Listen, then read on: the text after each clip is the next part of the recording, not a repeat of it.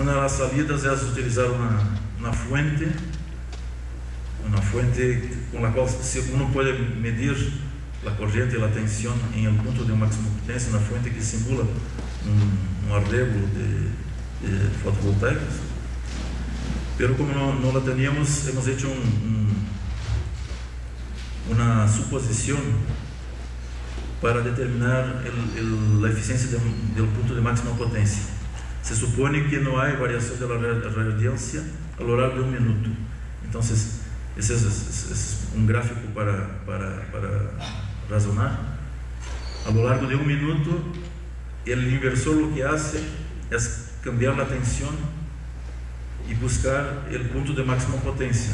Entonces, como normalmente eso ocurre dentro de un minuto, y podemos medir a cada décimo de segundo, y estamos midiendo un vector con todos los puntos, entonces uno puede creer que el punto de máxima potencia se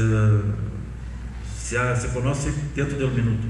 Entonces, al conocer el promedio y el valor mismo, uno puede tener ese valor. Próximo. 5 minutos, por favor. Bien.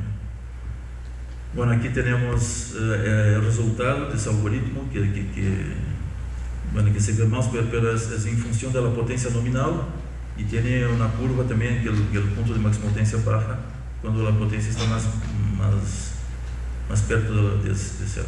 Próximo. Bueno, otro, la calidad de energía. Hay el factor de potencia y distorsión armónica. Próximo. La cual también se ha medido y igual se buscó una función que representara estas variaciones. Aquí es el factor de potencia, que está muy cerca de la unidad para la potencia nominal, pero cuando la potencia está baja hay una queda bastante significativa del factor de potencia. Próximo. Y aquí son para otros inversores, enseñando que el mismo comportamiento se repite. Próximo. Ya la distorsión armónica tiene un formato distinto, que por supuesto el cero es el mejor distorsión armónica. Entonces se buscó una otra ecuación que es la curva roja también. Aquí son dos inversores medidos. A próxima. Y aquí otros inversores que siguen bastante bien la función. La próxima. Aquí podemos ver, en el caso de la corriente, en el caso de la tensión, no sé, las curvas que he enseñado antes son de corriente, porque la tensión, la distorsión armónica es bastante baja. Pero aquí es la situación de que tenemos la potencia cerca de la potencia nominal. Aquí son 10 amperios en un inversor, el mismo inversor con 83 amperios. Y se puede ver una forma de corriente bastante mala.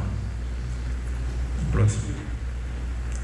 Bueno, aquí se ve que la tensión, el gráfico parece alto, pero aquí son 2,5%.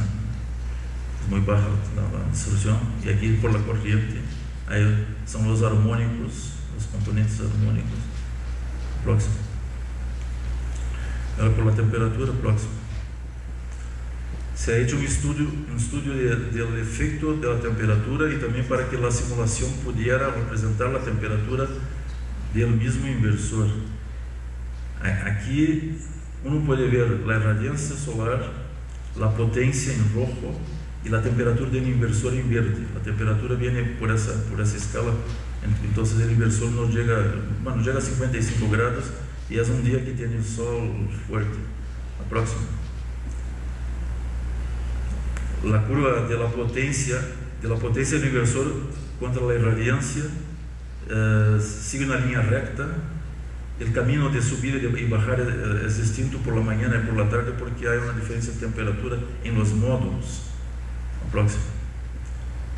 Ya ahora una situación que tiene una limitación de potencia por sobrecarga, o sea que el número de módulos es más grande, y el inversor llegó a un punto de corte. En este punto de corte la temperatura sube más y llega a una temperatura un poco más alta. El próximo.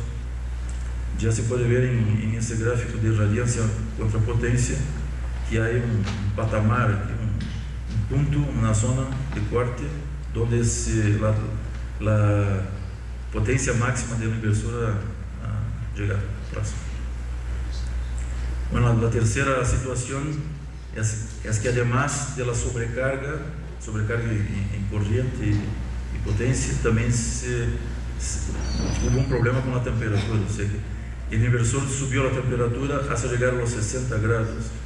Y ese inversor, ese es el caso del inversor SMA, que tiene un dispositivo de protección que le hace aumentar la tensión cuando la temperatura está muy alta.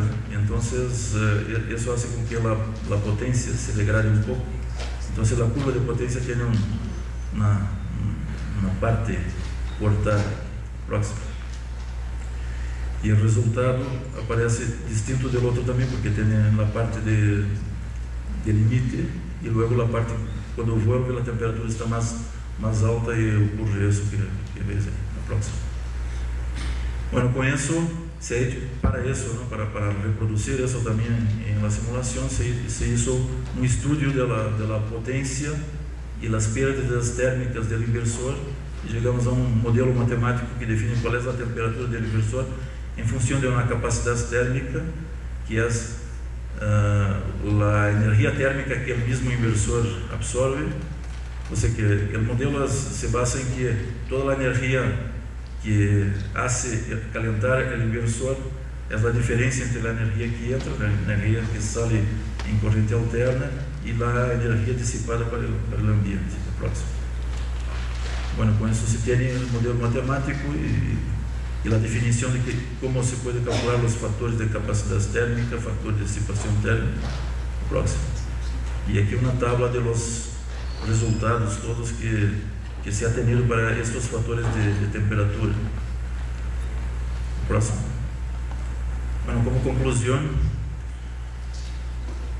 y es una frase así que uno escucha muchas veces, ¿no? Que medir es difícil, y medir con exactitud es todavía más difícil, pero es posible y importante, y los modelos pueden reproducir el comportamiento de los inversores con mucha fidelidad. Eso es. Gracias.